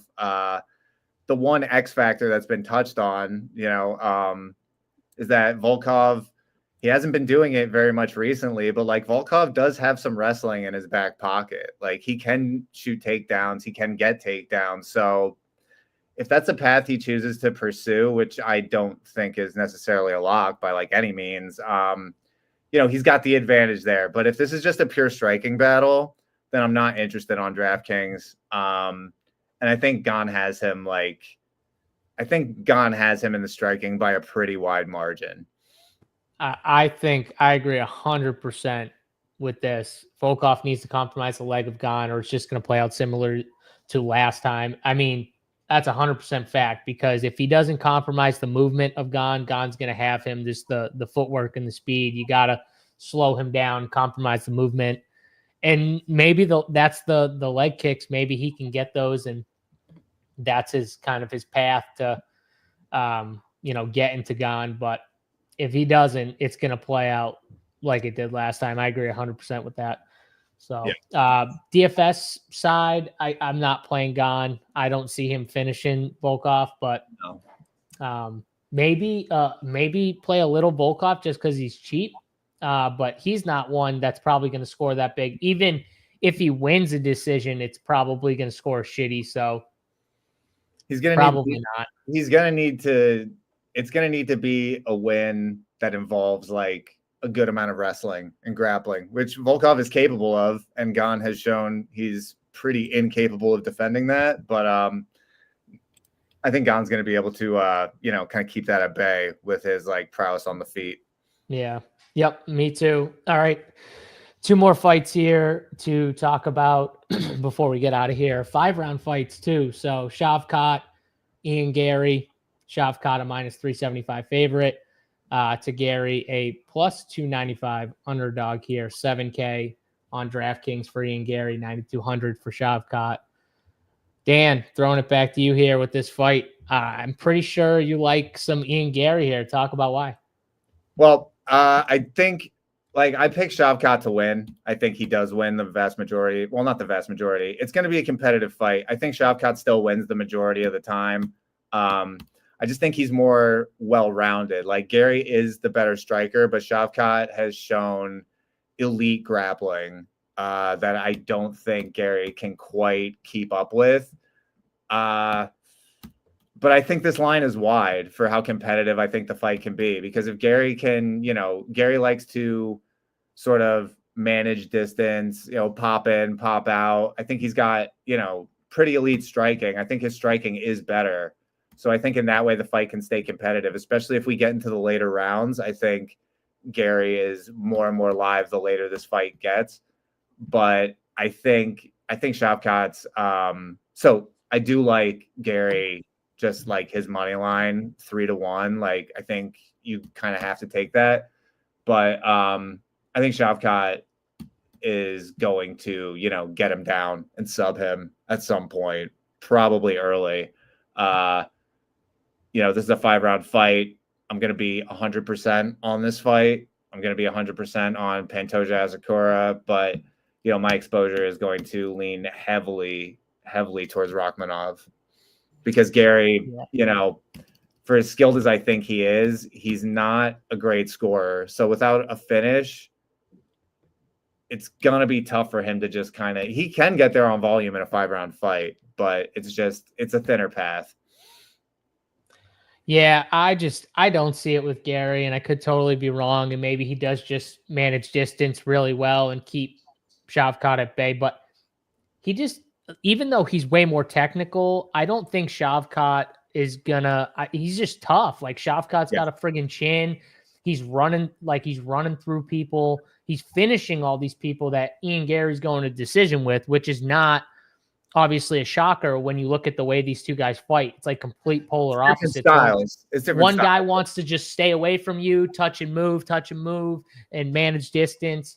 And one guy wants to just get a hold of you and just ragdoll you pretty much. And it's just like, which style do you think wins out? I think Shavkat just, once he gets a hold of Ian, and it's 5 rounds. So like at some point he's going to get a hold of Gary. Like, it's not like Gary's just going to move around for 5 rounds and like, they're never going to, get super close to each other. And like once he gets a hold of him, I think he's going to get him down. And once he gets him down, I think it's going to be over. So I'm on Shavkat pretty heavy. I've got very little Ian Gary. If you think Ian Gary wins though, I get playing him at 7K. I don't have much. I like the Shavkat side a lot here. Showdown Christine, where are you at? Yeah, I like Shavkat as well. It's hat season. And he's just an elite grappler. His ceiling is high. His floor is high. Gary is not the best on the mat, but he does have a judo black belt.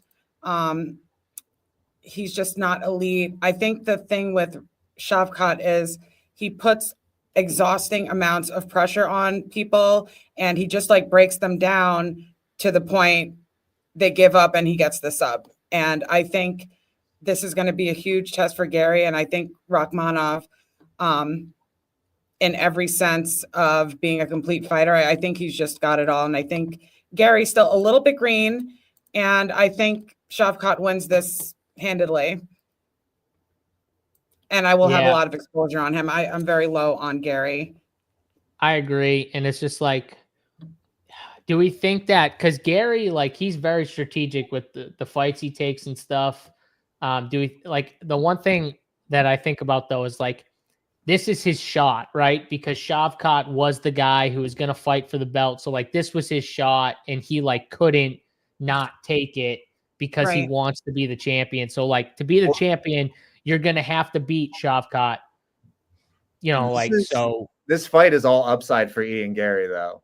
Like, I don't think if he loses to Shavkat, it's not like people are going to be like, oh, you lost to Shavkat, so you must fucking suck. It's like, no, like, you lost to Shavkat because Shavkat is insanely good and a great fighter.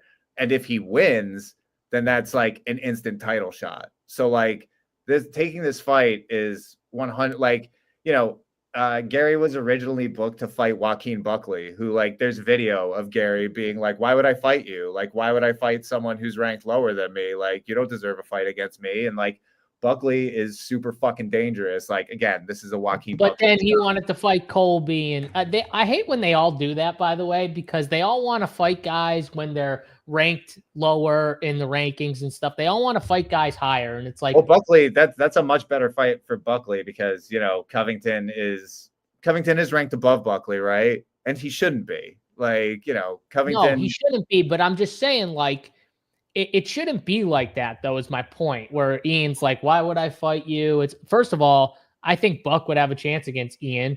I don't think Ian, honestly, I think Ian gets scared of Buck's power right when he felt it. Yeah, like, I mean, that's the thing. Like, Gary is very smart super smart. Like, this is a much better, like, career-wise, this fight against Shavkat is much better for him than one with Buckley, because the Buckley fight is all downside. He gains nothing from beating Buckley, and he has a ton to lose by losing to him. Shavkat, he's not really going to lose much. Like, he'll lose his undefeated record, but he's not going to lose all that much stature losing to Shavkat. And if he wins, then again, like, straight to a title shot from there. 100%. All right, let's go to the final fight on the card. Alexandra Pantoja versus Kai Askarov. Minus 270 favorite for Pantoja. I was actually surprised. I feel like it should be in the 300s at least for him. I just feel like he's got a massive grappling advantage. And I think it shows in this fight for him. And he just doesn't stop. Even when he looks dead gassed and tired, he still just keeps moving forward, keeps pushing the grappling, big overhands, and just finds a way to get it to the ground. And I think this fight is going to play out on the ground for a lot of it. And that's Pantoja's world, man. So, and I think he could find a finish in that setting where he keeps it on the ground. So I'm heavy on Pantoja. I like him. I like him by sub. I bet it already. I'm going to be like pretty much all in for DFS. And I think it's like an all in fight too. Like if you're on the Kai side, I would be jamming him. You know, it's whoever you like the most, definitely push in, but I'm definitely heavy Pantoja.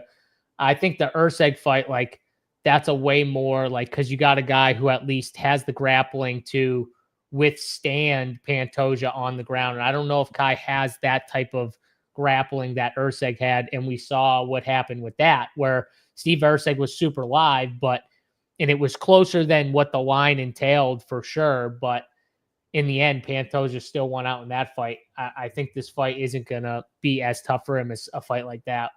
Showdown, Christine, where are you at? Yeah, I love Pantoja here. I think Asakura has a long way to go. I think this is a classic overhyped prospect situation where, you know, Asakura has never even fought in the United States.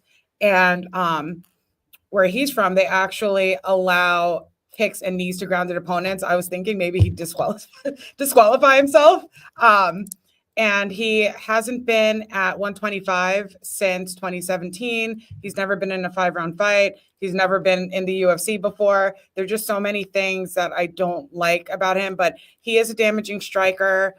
He's not an elite volume striker, but he's a finisher. Pantoja is just well-rounded everywhere. Of course, he's exquisite in his grappling game, and I don't see him getting finished. I don't see him having trouble in this fight. I think he is live for a finish.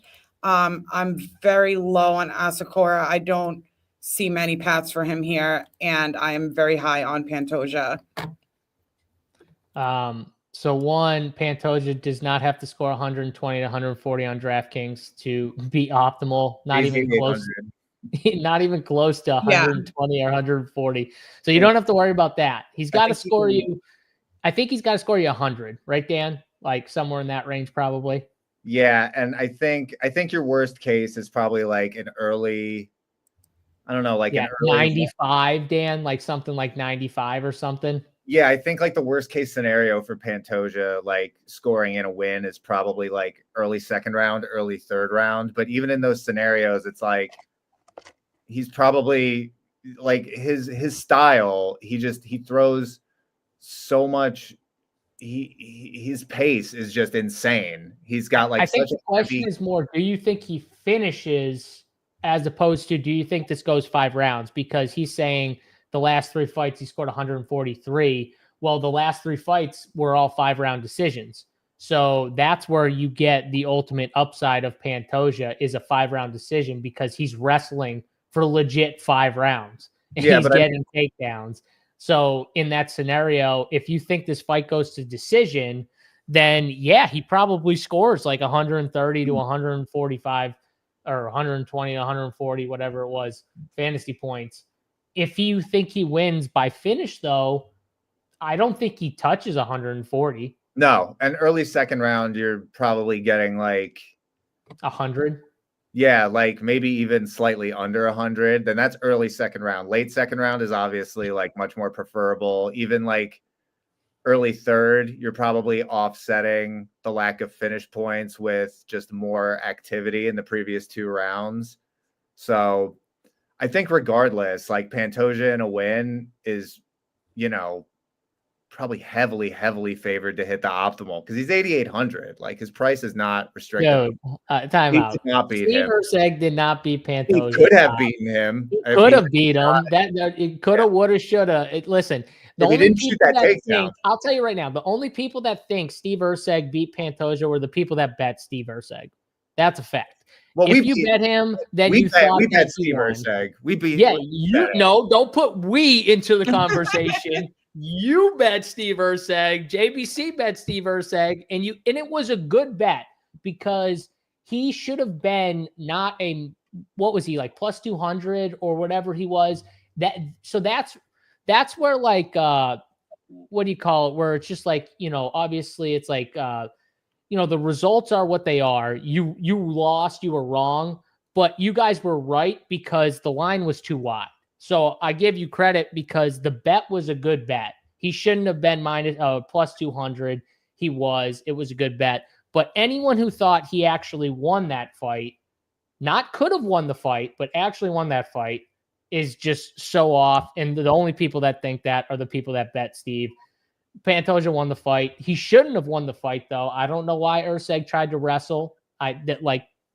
Go figure. Whatever. But so he did not win. What says, but he's 60% owned. Yeah, he should probably be like 70% owned. Like, who cares? It's one guy. You have 5 other spots in your lineup to get different. And, you know, we've got a 14 fight card where ownership is more spread out than it should be. So, like, you know, it's what we talked about earlier. It's like when you have so many options, it's like, let your opponents make the mistake. Let your opponents try fading fucking 5-round fights. Like, you know how many, like the last few cards where we've had multiple 5-round fights, the double lock has been optimal far more often than not.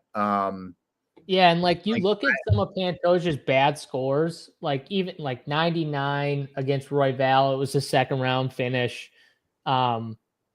Like, even if that's not technically optimal by a few points or something like that, you're still going to be like up there with a decent lineup. Like, yeah, I get what he's saying though. Like, he's trying to pick the optimal, and fade a 60% owned guy is good, but you still then need guys like Movzar to outscore him and guys in that range. Well, yeah, listen, I'm not going to be 100% on Pantoja. Like, I'm playing Asakura too, because we've talked a lot about the Pantoja side and like how he is likely to win, but like, how does Kai Asakura win? You know, he's got serious power in his hands, and Pantoja is extremely fucking hittable. So like, if Kai Asakura is going to win, it's going to be by knockout, and at 7,400, that's completely nutted. So like, if you want to fade nearly 60% Pantoja, then you're playing 20-something% Asakura. Well, his last 2 wins were actually knee to the body, which is definitely unique in terms of a knockout win. Yeah, I mean, like, and again, we're at flyweight, which flyweight fights are always super competitive. You know, that's why, you know, I originally thought this line was like pretty wide, but you know, the positives for Pantoja kind of keep stacking up. But yeah, if you don't want to play Pantoja at 60%, then the swerve is onto Asakura, because someone from this fight is going to be optimal no matter what. Real quick, BG3 asks, can you Reyes? It's Reyes. I tend to agree. Like, even the Ian Gary fight, like if he wins a decision, could that be optimal? Probably, maybe, but I could also see it being a really bad score too, because I think that means he managed distance and range really well, and there's not as many significant strikes. It probably still is, but I'm just saying, like, there's a world where it couldn't be. Like, I think if Pantoja is not optimal, then Kai is. You know, it's like one or the other, I feel like, with those 2 fights. So yeah, I don't know. It's an interesting conversation, but those are all the fights. Almost running 2 hours there. Let's give our best bet, and then we'll get out of here. Showdown Christine, I'll throw it to you first. You got a favorite bet for the people? Oh, yeah. I'm going to go. You're going to love this. Yeah. I'm going to go with Aljamain Sterling to win by sub at plus 1,100. Time out. So you went back and forth on that fight, and then you gave it out as your best bet on the fucking card? That's just for you with the Peyton Pritchard here. I feel targeted right now, people. I feel targeted. This is bullshit. I love it, though. Dan, that's for talking shit about Yuri. Hey, listen, that's what you're supposed to do. You're supposed to go in. That's what I'm talking about right there. I don't like the bet, but that's what I'm talking about. Dan, what do you like here? Man, there's so many bets that I like here. I'm trying to pick like my favorite one, honestly. I mean, God, Reyes by KO. Reyes by KO seems kind of like a given to me, honestly. So yeah, we'll throw that in with the Kron Gracie sub from earlier. Yeah, I'll just go Cody Durden money line. I love the Luque by sub. That's like one of my favorite like props. For sure is the Luque by sub plus 450. But yeah, I'll go Cody Durden on the money line. Those are all the fights, the bets. If you want more, obviously rumpuresports.com, RPS 15% off. You can come check us out for a week, a month, whatever. Got 2 more fight cards left in the year. And then obviously sick card in January for UFC 311. So come check us out. RPS 15 is the promo code for 15% off. If not, just hit the like button on that video. If you enjoy the free videos, hit that thumbs up, subscribe to the channel, and we'll see you guys next week for Dan, Showdown Christine, and myself. We're out of here. Peace.